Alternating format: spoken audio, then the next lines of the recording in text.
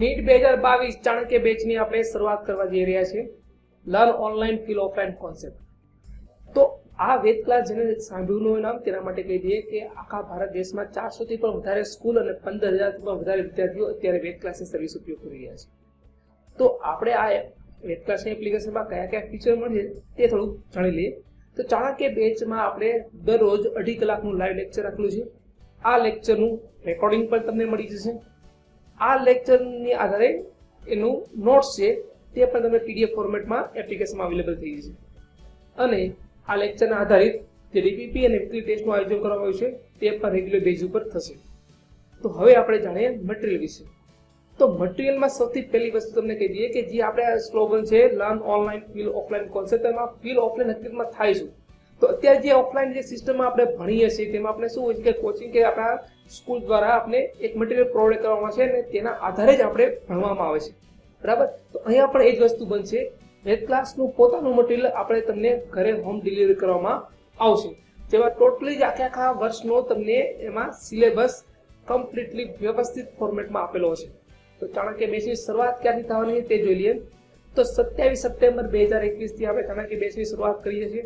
અને જે વિદ્યાર્થીને કદાચ આ વેદ ક્લાસની જાણતા ન હોય તેને કહી દઈએ કે આપણે ટોટલ 20 દિવસનો ડેમો રાખેલો છે અને 15 ઓક્ટોબર સુધી બધા જને એપ્લિકેશન ટોટલી ફ્રીમાં રાખવામાં આવી છે.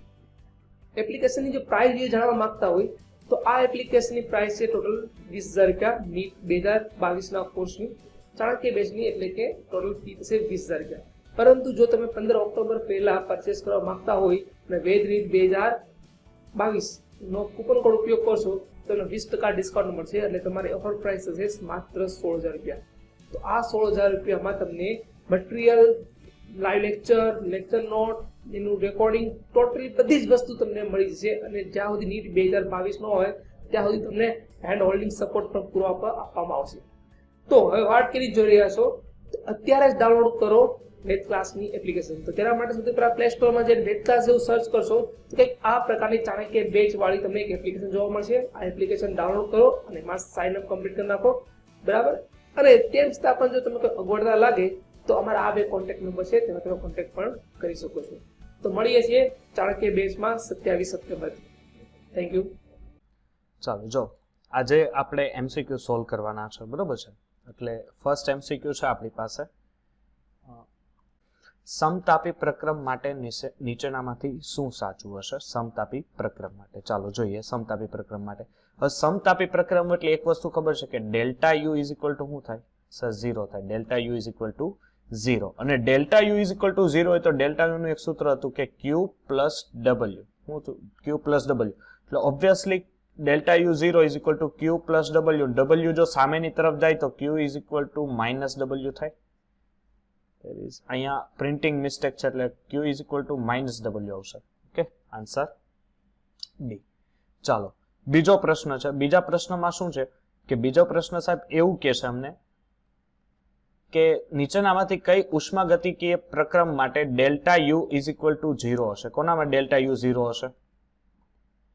સમોષ્મી પ્રક્રમમાં, કારણ કે અહીંયા ઉષ્માનો ફેરફાર કોઈ જોવા મળતો નથી.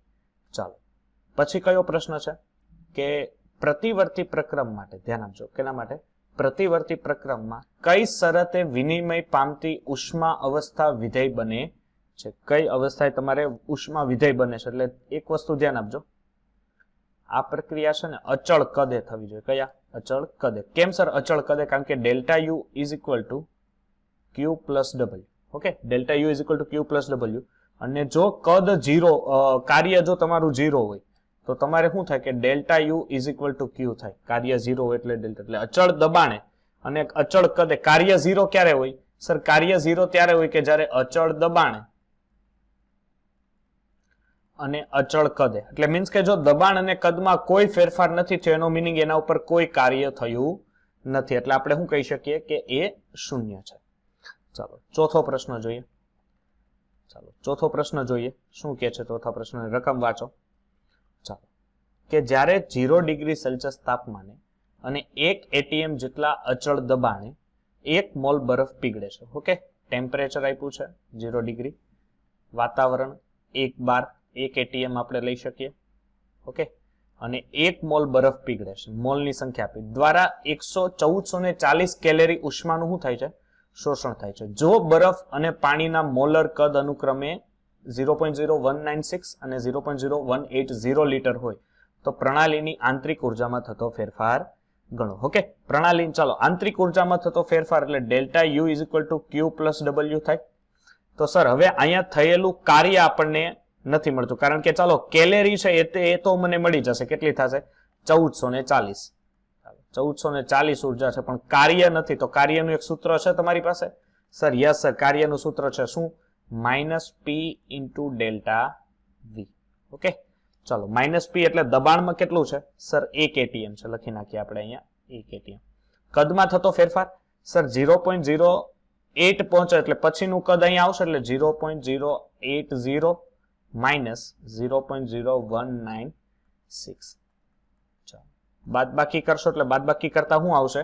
0.06, પણ આ માઇનસ છે ને આ પણ માઇનસ આવશે એટલે માઇનસ માઇનસ પ્લસ એટલે અહીંયા આવશે 0.06. ઓકે, હવે આ 0.06 ને છે એને તમારે કેમાં ફેરવવું પડે? કેલેરીમાં ફેરવવું પડે. કેમાં? કેલેરીમાં. એટલે એક કામ કરો, પેલા એને જૂલમાં ફેરવી નાખો, કારણ કે આ લીટર પર એટીએમ મળ્યું. આ શું મળ્યું? લીટર પર એટીએમ. તો જો એને જૂલમાં ફેરવવું તો જૂલમાંથી કેલેરીમાં સરળતાથી ફેરવાય. ડાયરેક્ટ લીટર એટીએમ માંથી કેલેરીમાં ફેરવું અઘરું. એટલે આને 101.32 વડે આપણે આને ગુણાકાર કરીએ એટલે આ જૂલ આવી જાય. શું આવી જાય? જૂલ. એટલે કેટલો આવશે? અરાઉન્ડિંગ 0.17 જેવું આવે. 0.17 જૂલ. હવે જો એને કેલેરીમાં ફેરવવું હોય તો શું કરવું પડે? 4.184 ભાગ્યા કરો એટલે આ શું બની જાય? કેલેરી. એટલે આ વેલ્યુએશન આવે 0.016 કેલેરી. કેટલો આવશે? 0.016 કેલેરી. હવે આને પ્લસ કરો એટલે 1440 પ્લસ 0.016 કેલેરી એટલે લગભગ 1440 જેટલું જ આટલી કેલેરીનો જ ફેરફાર પડે. એટલે ઓપ્શન એ. ચાલો પાંચમો પ્રશ્ન જુઓ. પાંચમો પ્રશ્ન શું કહે છે આપણને કે એસટીપી એ એક વાયુનું કદ આપ્યું છે, વી આપ્યું છે 1.5 લીટર. કેટલું આપ્યું છે? 1.5 લીટર આપણને આપેલું છે. ઓકે, પછી શું થાય છે કે 1 એટીએમ દબાણે અને 300 જૂલ ઉષ્મા આપતા તેનું કદ 2 લીટર થાય છે. તો આના માટેનો ડેલ્ટા યુ મેળવો. ફરીથી હું આવ્યું એઝ ઇટ ઇઝ સર, એ જ સૂત્ર delta u is equal to Q plus W. હવે સર ફરીથી મારી પાસે ઉર્જા છે. તમારી પાસે ઉર્જા કેટલી છે સર? 800 છે, સોરી 300 છે. કેટલી છે? 300. એટલે આપણે અહીંયા લઈએ 300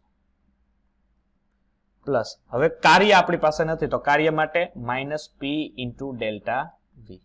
ચાલો દબાણ કેટલું છે? 1 એટીએમ છે માઇનસ. કદમાં થતો ફેરફાર 2 માઇનસ 1 થશે. કેટલું થશે? 2 માઇનસ 1.5. 2 માઇનસ 1.5 કેટલું આવે? 0.5. એટલે 0.5 લીટર આવે ને, લીટર પર એટીએમ. તમારે કેમાં જોઈ સર? મારે હવે કેલરીમાં જરૂર નથી, જૂલમાં હોય તોય ચાલે. એટલે 0.5 ગુણ્યા 101.32 એટલે આ શું મળે? જૂલ. 0.5 ગુણ્યા 1.132 કરશો એટલે અરાઉન્ડિંગ શું થશે? માઇનસ 50. કારણ કે આ માઇનસ વેલ્યુ માઇનસ 50.5 જૂલ જેવું આવશે. અહીંયા મૂકો માઇનસ 50.50 એટલે 250 ની સમથિંગ આજુબાજુ જવાબ આવશે. શું આવશે જવાબ? 249.5 આન્સર રહેશે. બરોબર છે. 50.55 છે એટલે 249.5. ઓકે, ચાલો નેક્સ્ટ છઠ્ઠો પ્રશ્ન શું કે છે? છઠ્ઠો પ્રશ્ન જોઈએ. બરોબર છે સાહેબ, જોવો છઠ્ઠો પ્રશ્ન વાંચો તો જરીક.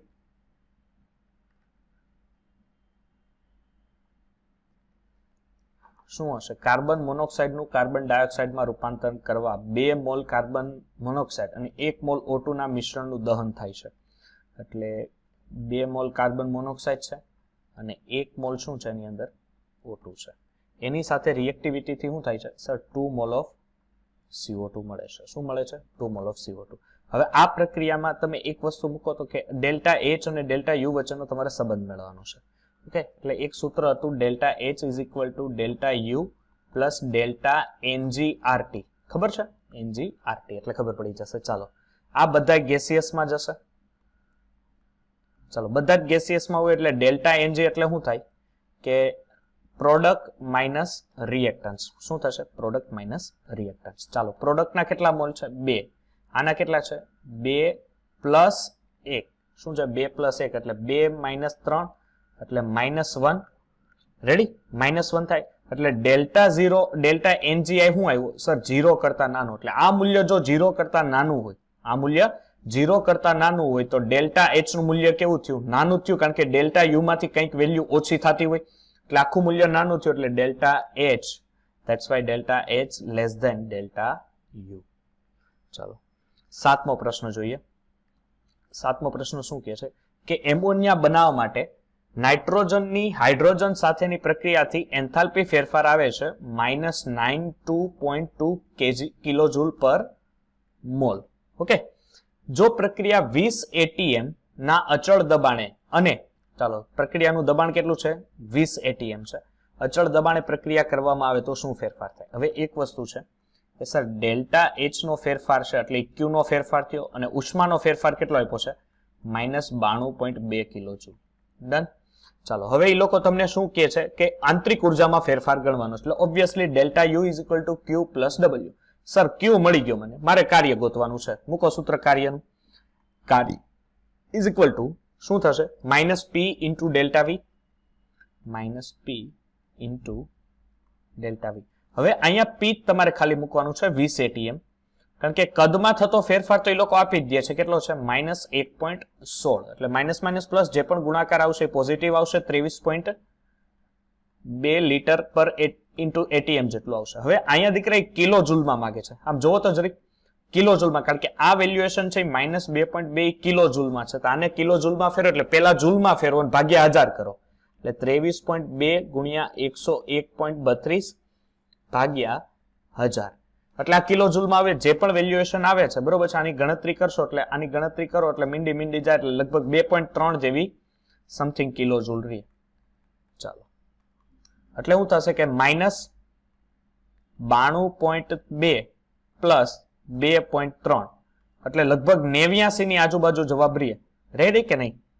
-89.85, કારણ કે એમાંથી એટલું ઓછું થાય. ચાલો 8મો પ્રશ્ન જો તો જરીક 8મો પ્રશ્ન શું કહે છે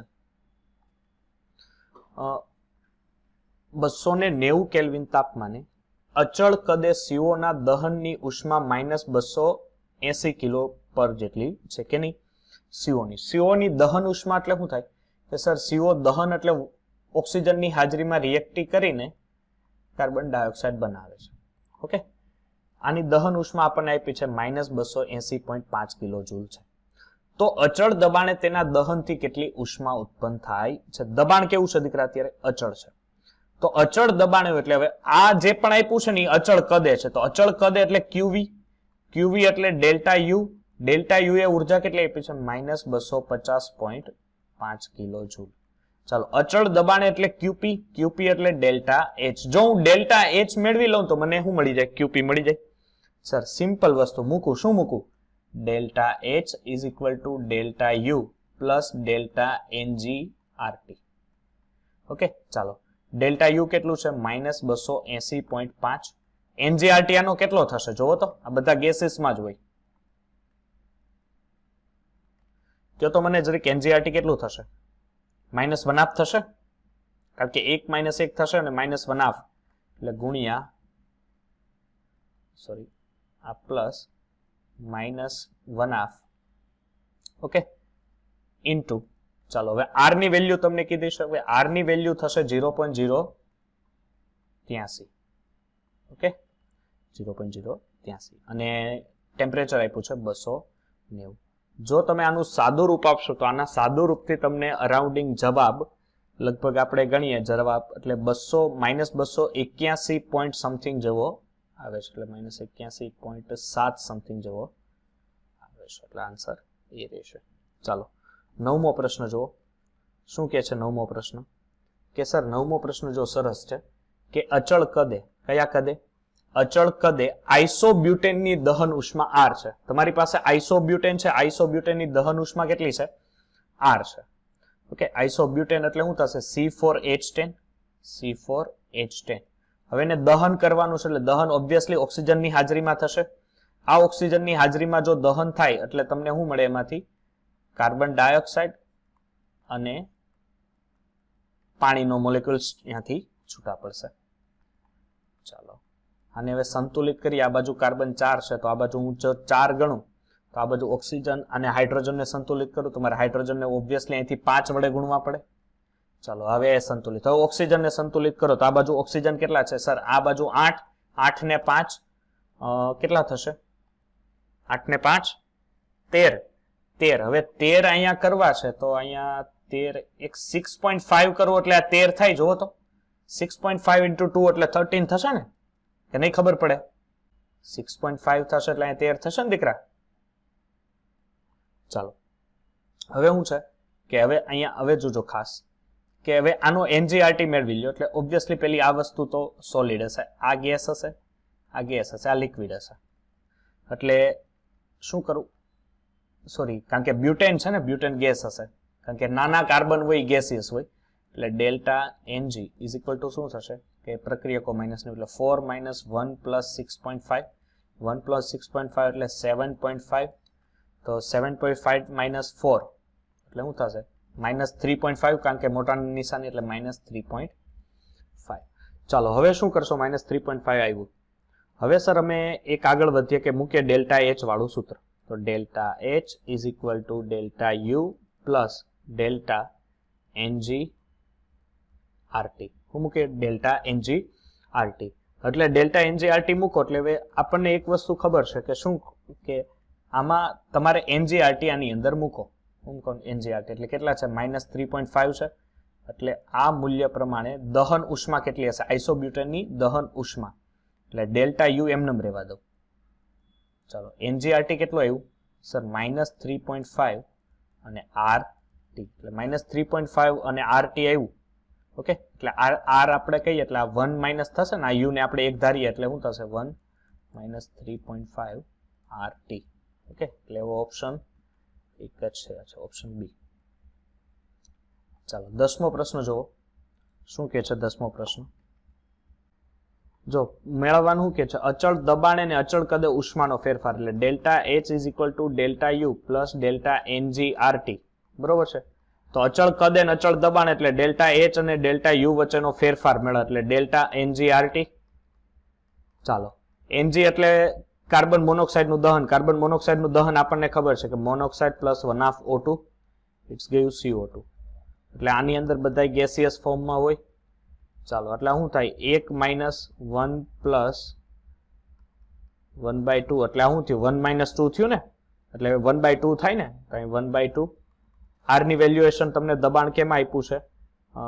દહન આપણે મૂક્યું એટલે ઉષ્મા મેળવે એટલે R ની વેલ્યુ કેટલી? 2 લેવાની છે. અને ટેમ્પરેચર 27 ડિગ્રી એટલે 300 એટલે 2 એટલે 300 કેલેરી જેવું થાય. પણ એ 300 કેલેરી કેવું આવશે? માઇનસ આવશે, કારણ કે આ -1/2 થાય. -1/2 એટલે -300 કેલેરી જેવું થશે. ચાલો જો 11મો પ્રશ્ન અત્યારે કઈ જરૂર નથી એને, બરોબર છે? 11મો પ્રશ્ન આપણે સ્કીપ પણ કરી શકીએ. ચાલો 12મો પ્રશ્ન આપણે આવ્યા ને, એક 45 ગ્રામ સિલિકોન તાપમાનમાં 6 ડિગ્રી સેલ્સિયસનો વધારો કરવાનો છે. કેટલો? 6 ડિગ્રી. તો 192 કેટલા? 192 ઉષ્માની જરૂર પડે તો એની વિશિષ્ટ ઉષ્મા ક્ષમતા શું હશે? વિશિષ્ટ ઉષ્મા ક્ષમતા એટલે આપણે શું કહીએ કે કોઈ પણ વેલ્યુએશન તમારે C મેળવવાનો છે, બરોબર છે? તો C મેળવવો હોય તો C એટલે વિશિષ્ટ ઉષ્મા ક્ષમતા C ઇઝ ઇક્વલ ટુ સૂત્ર શું હોય? Q ના છેદમાં ડેલ્ટા T ઇન્ટુ M, કારણ કે અહીંયા વજન છે. ઓકે, ચાલો ઉષ્મા કેટલી છે? 192. ટેમ્પરેચર કેટલો વધારો કરવાનો છે તાપમાનમાં? 6 ડિગ્રી સેલ્સિયસનો એટલે 6 છેદમાં 45 ગ્રામ.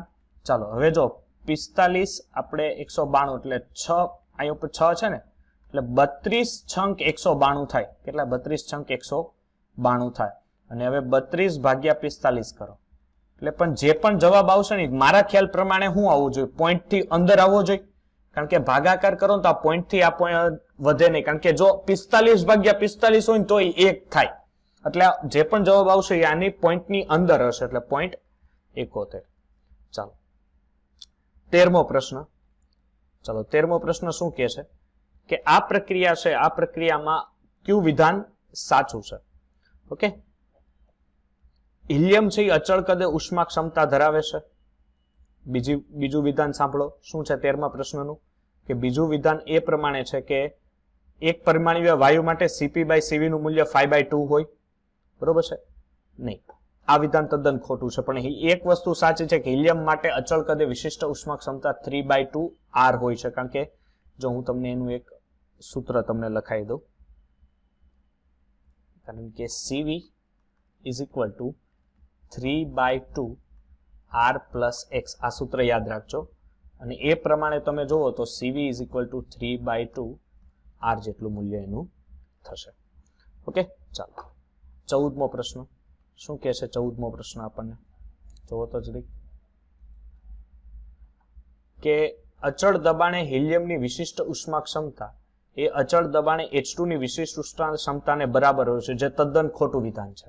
બીજું કે સમાન દબાણે H2 અને ઓઝોનની વિશિષ્ટ ઉષ્મા ક્ષમતા સમાન હોય છે, એ પણ વિધાન કેવું છે? તદ્દન ખોટું. અચળ દબાણે એક પરિમાણીય વાયુની વિશિષ્ટ ઉષ્મા ક્ષમતા એ અચળ કદે H2 ની વિશિષ્ટ ઉષ્મા ક્ષમતાને બરાબર છે, જે તદ્દન વિધાન કેવું છે? સાચું વિધાન છે. ચાલો નેક્સ્ટ 15મો પ્રશ્ન. 15મો પ્રશ્ન આપણને શું કહે છે કે CP અને CV વચ્ચેનો સંબંધ છે એનો ગુણોત્તર 1.3 છે, તો તેનું પરમાણુય દળ M અને વાયુનું દળ શું હશે?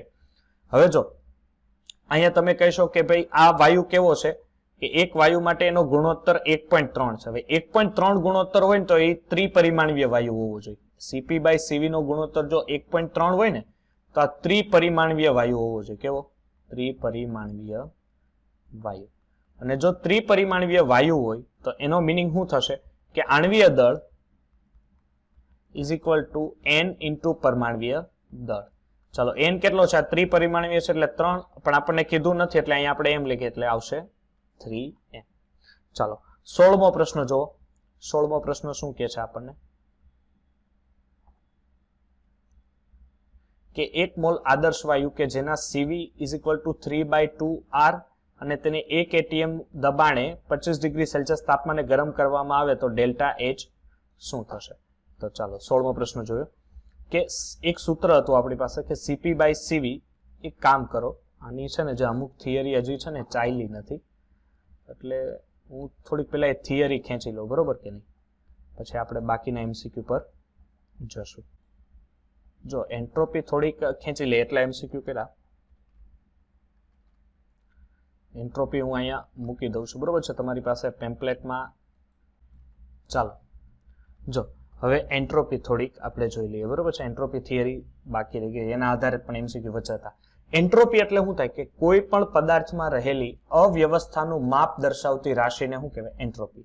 હવે કોઈ પણ એવો પદાર્થ જે અવ્યવસ્થા દર્શાવે છે, શું દર્શાવે છે? અવ્યવસ્થા. એટલે શું થાય કે એના ગોળાઓ અસ્તવ્યસ્ત. હવે જો દાખલા તરીકે હું તમને સમજાવું કે અવ્યવસ્થા એટલે શું થશે. દાખલા તરીકે તમારી પાસે આ એક પાત્ર છે, ઓકે? હવે એને આ બે ભાગથી શું કરેલા છે?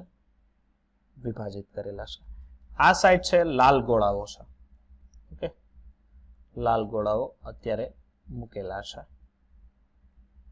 અને આ બાજુ છે બ્લુ ગોળાઓ છે, ઓકે? આ બાજુ બ્લુ ગોળાઓ છે, સમજો.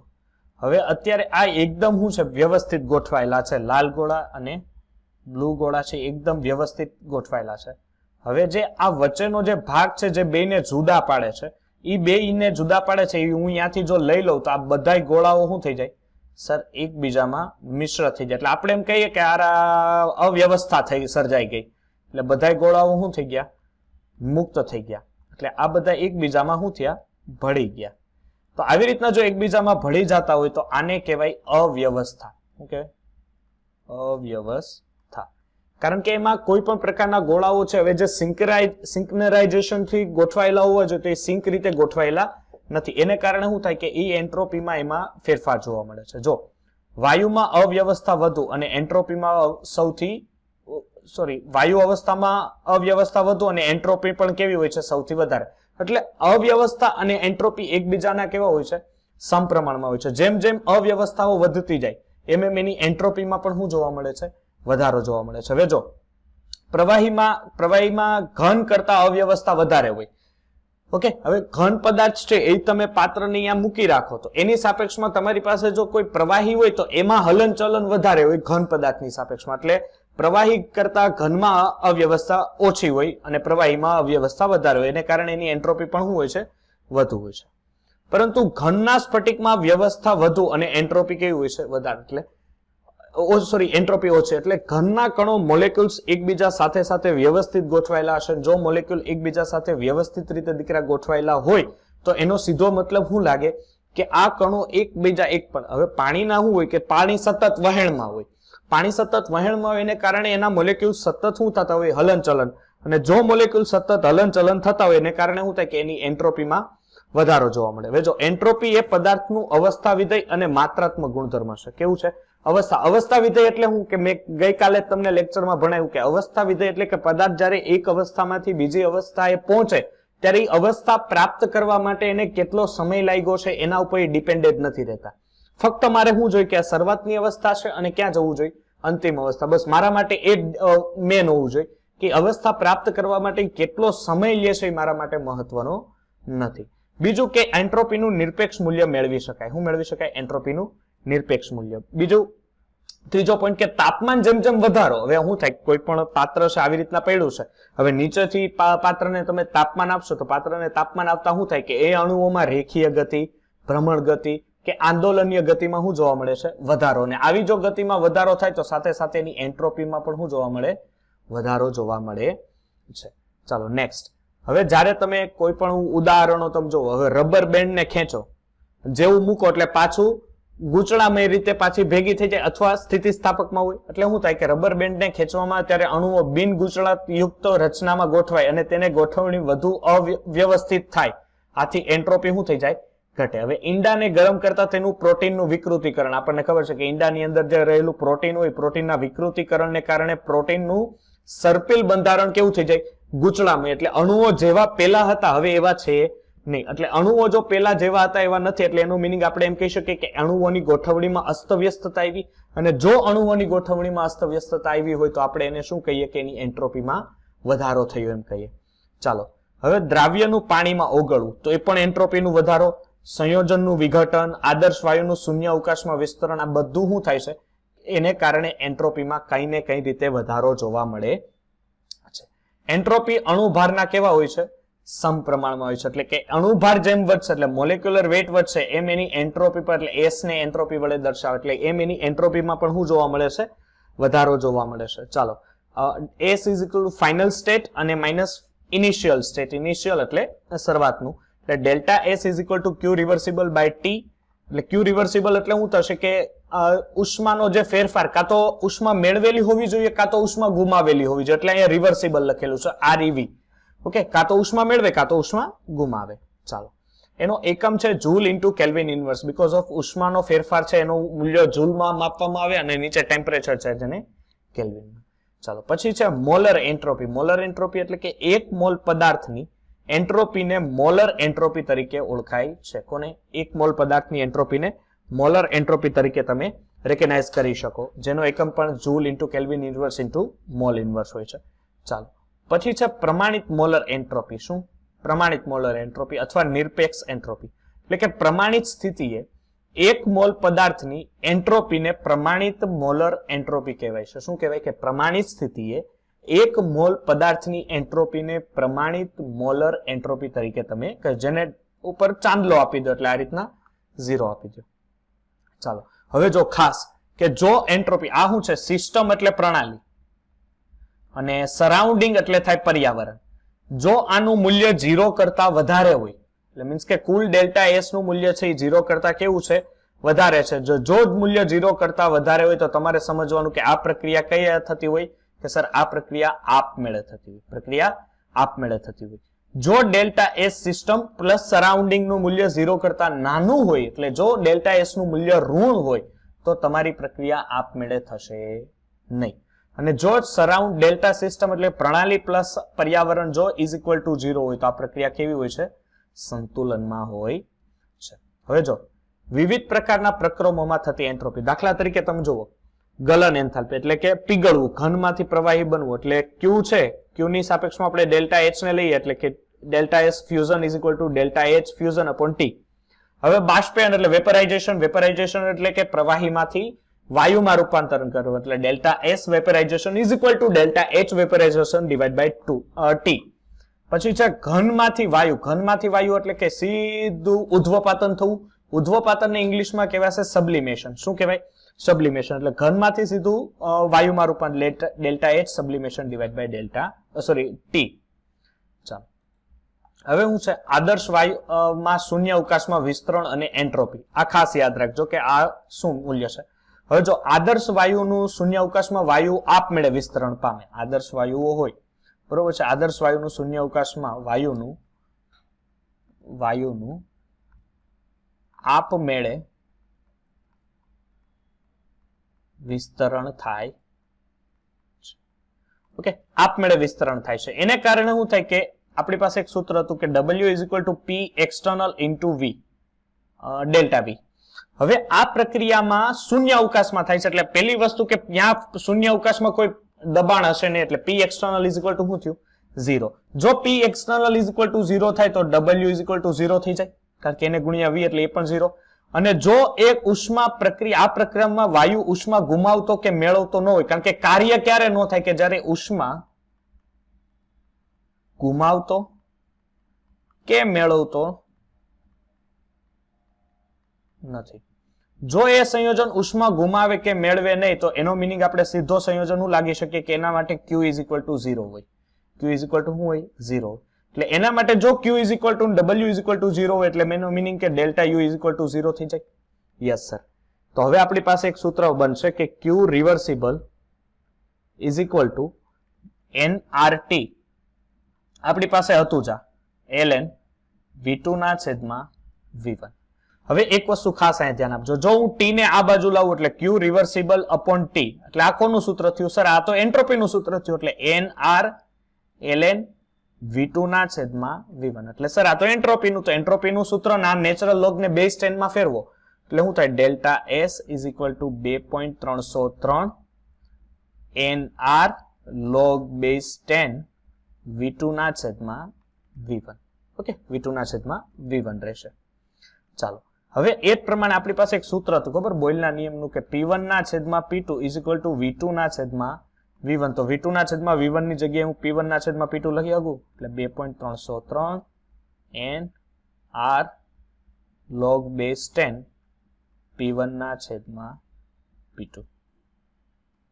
ઓકે, ચલો આ બે આપણી પાસે સૂત્ર થયા. ચાલો હવે જો સમોષ્મી વિસ્તરણ હોય, કેવું? સમોષ્મી વિસ્તરણ હોય તો એ સમોષ્મી વિસ્તરણ માટે અને એના સમદાબી પ્રક્રમ ને સમકદી પ્રક્રમ માટેના સૂત્ર જુઓ. સમદાબી પ્રક્રમ અને સમકદી પ્રક્રમ. ઓકે, સમદાબી પ્રક્રમ ને સમકદી પ્રક્રમ એટલે શું થાય? ડેલ્ટા એસ એ આ જ સૂત્ર છે. જો સૂત્રમાં કોઈ ચેન્જ નહીં પણ અહીંયા આર ની જગ્યાએ શું આવી જશે? એટલે 2.303 n અહીંયા આવી જશે CP log બેઝ 10 અથવા બેઝ 10 ન લખો તો ચાલે T2 ના છેદમાં T1. જો T2 ના છેદમાં T1 ન લખવું હોય તો V2 ના છેદમાં V1 લખી શકો કારણ કે દબાણમાં કોઈ ફેરફાર નથી થતો પણ કદમાં થાય ને. અહીંયા હું લખો delta S is equal two 2.303 CV કારણ કે સમકદી છે એટલે CV log બેઝ 10 T2 ના છેદમાં T1 લખી શકો પણ અહીંયા P2 ના છેદમાં P1 પણ તમે લખી કારણ કે કદ કેવું છે? સમાન. હવે કદમાં કોઈ ફેરફાર થતો નથી.